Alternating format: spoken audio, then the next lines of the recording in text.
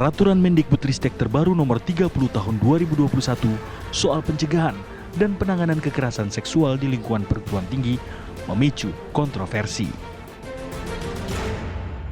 Pasalnya, peraturan memuat frasa tanpa persetujuan korban, di mana frasa tersebut dianggap dapat melegalkan seks bebas.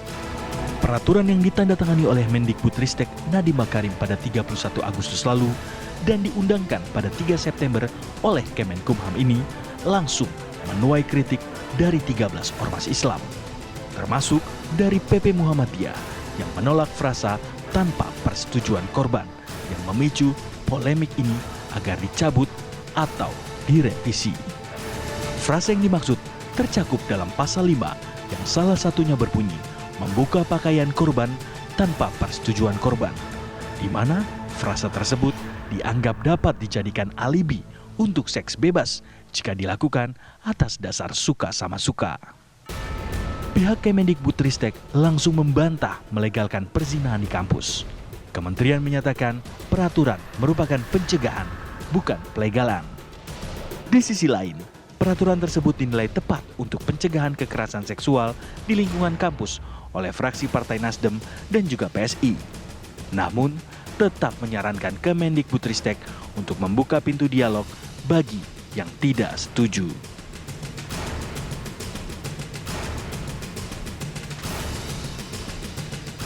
Oke, ini ada berbagai macam pro kontra yang kemudian bergulir di tengah masyarakat kalau kita bicara mengenai Permendikbudristek nomor 30 tahun 2021. Langsung saja kita akan bahas hal ini bersama dengan dua orang narasumber yang sudah bergabung bersama kami. Pagi hari ini ada Prof. Dimyati, Wakil Ketua Majelis Diktilitbang PP Muhammadiyah, dan juga Samara Amani, Ketua DPP PSI. Dan kami juga sudah terus mencoba untuk menghubungi dan juga menghubungi Kemendikbudristek untuk bergabung bersama kami untuk berdialog pagi hari ini, namun sayang berhalangan untuk hadir. Jadi kita akan langsung ke Prof. Dimyati dulu. Prof, saya sempat membaca ini di beberapa media ya, yang saya baca pagi hari ini Anda kemudian salah satu pihak yang mempertanyakan mengenai aturan ini. Apa alasannya, Prof? Terima kasih Mbak Tina ya. Yang pertama adalah Permen ini pada umumnya bagus ya, artinya memberikan semacam pencegahan ya di perguruan tinggi tentang pelecehan dan seksual ini. Tetapi problem yang paling krusial bagi Muhammadiyah adalah di pasal 5 ya, di huruf B, kemudian huruf F, huruf G, dan huruf H. Jadi ini problem yang menurut Muhammadiyah menjadi persoalan yang serius. Karena di situ ada semacam ini ya, tanpa persetujuan korban.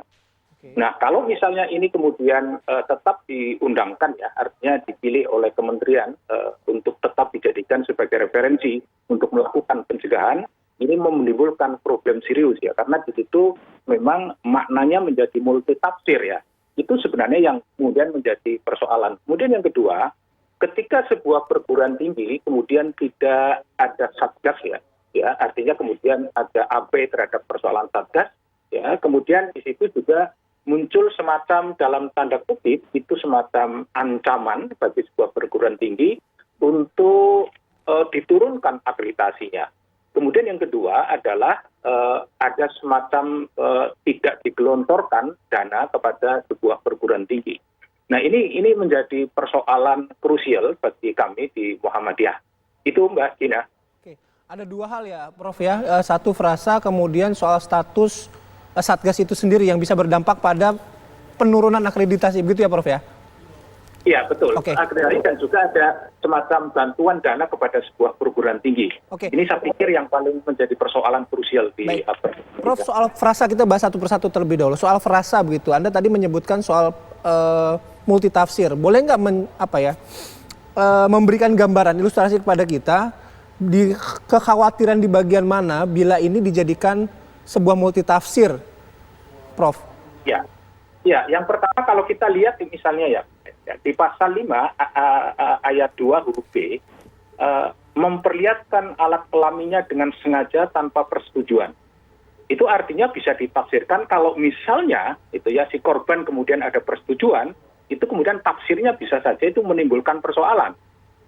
Gitu. Kemudian yang kedua, mengambil, merekam dan atau mengedarkan foto gitu kan, yang bernuansa seksual tanpa persetujuan korban.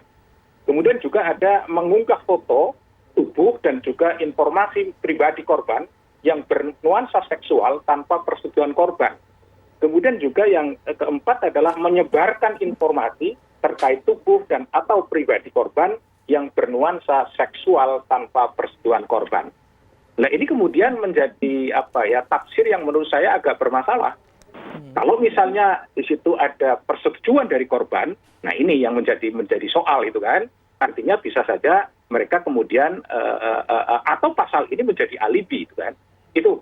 Oke, saya mau ke Mbak Samara kalau gitu. Tadi Prof kan mengatakan ada beberapa hal yang kemudian disoroti terkait dengan frasa dan juga peran dari perguruan tinggi ini sebagai satgas untuk penanganan dan juga pencegahan kekerasan seksual. Kalau dari Mbak Samara sendiri seperti apa melihatnya? Ya kalau menurut saya sih sebenarnya Permendikbud ini adalah jawaban dari persoalan yang selama ini dihadapi oleh mahasiswa dan mahasiswi di kampus. Kita harus mengingat dulu background kenapa Permendikbud ini kan keluar ya Mbak. Yang pertama kita harus melihat data Komnas Perempuan menunjukkan setidaknya 1 dari 3 perempuan Indonesia itu pernah mengalami kekerasan seksual.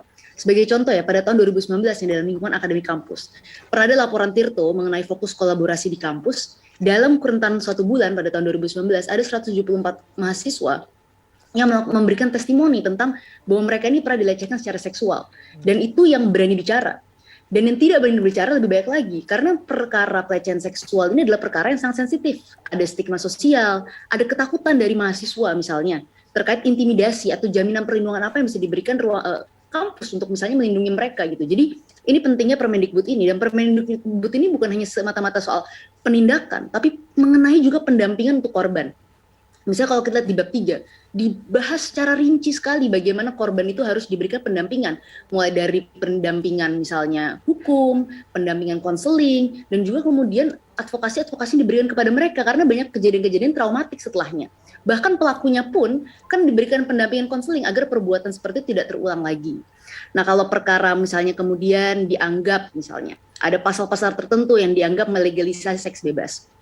Kalau menurut saya kata tanpa persetujuan itu atau yang biasa kita kenal dengan sebagai kata konsen gitu ya. Kalau menggunakan logika hukum pidana ya, kalau misalnya kita anggapnya pakai logika hukum pidana, biasanya kan selalu ada yang harus dirugikan. Nah peraturan ini menurut saya menggunakan logika yang kurang lebih sama Mbak. Misalnya kata persetujuan itu kan untuk mengukur saja kerugian korban. Berarti di sini harus ada apa sih kalau misalnya logika hukum pidana, kalau ketika seseorang itu dirugikan harus ada pelakunya, ada korbannya. Dan kemudian ada pelaporan karena ada korban yang menderita kerugian. Dan dalam perkara ini kemudian ada seorang korban kekerasan seksual yang dirugikan misalnya. Dirugikan secara apa? Dirugikan secara fisik, non-fisik, ekonomi, sosial, budaya, politik gitu. Jadi saya kira jangan kita anggap ini legalisasi seks bebas. Karena kalau misalnya perjuangannya mau misalnya memperjuangkan atau menindak secara khusus perilaku seks berisiko seperti itu, menurut saya kita jangan memperjuangkannya lewat sini karena menurut saya agak salah alamat. Perjuangannya di mana? Di KUHP. Karena KUHP sendiri belum mengatur secara jelas misalnya apa yang dimaksud zina gitu. Karena kalau zina dalam KUHP itu hanya aktivitas seksual dalam relasi pernikahan. Nah, kalau misalnya mau dibesarkan misalnya kemudian definisinya, nah itu perjuangannya di KUHP, bukan di peraturan ini gitu. Tapi kalau menurut saya negara tidak Mbak Samara jauh ya relevansi ketika tanpa persetujuan korban menjadi alibi itu menjadi seks bebas itu tidak terlalu. Saya kira enggak. Betul. Saya pikir nggak perlu sampai ke sana karena sebenarnya logikanya hanyalah logika untuk mengukur korban mengalami kerugian, bukan kemudian legalisasi seks bebas. Dan lagi-lagi ya Mas ya, mekanisme koersif itu sebenarnya gini, untuk misalnya mencegah perilaku-perilaku seks bermasalah atau berisiko itu, kita punya Muhammadiyah, alhamdulillah kan, punya NU dan lain sebagainya untuk melakukan pendidikan seksual agar perilaku-perilaku tersebut tidak terjadi. Karena dalam KUHP pun memang belum diatur perkara ini gitu. Jadi disinilah peran-peran institusi sosial, pesantren, institusi pendidikan untuk melakukan edukasi seks. Tidak semata-mata semuanya harus mekanisme koersif oleh negara. Oke, baik. Mbak Samara nanti setelah jeda saya mau minta tanggapan dari Prof.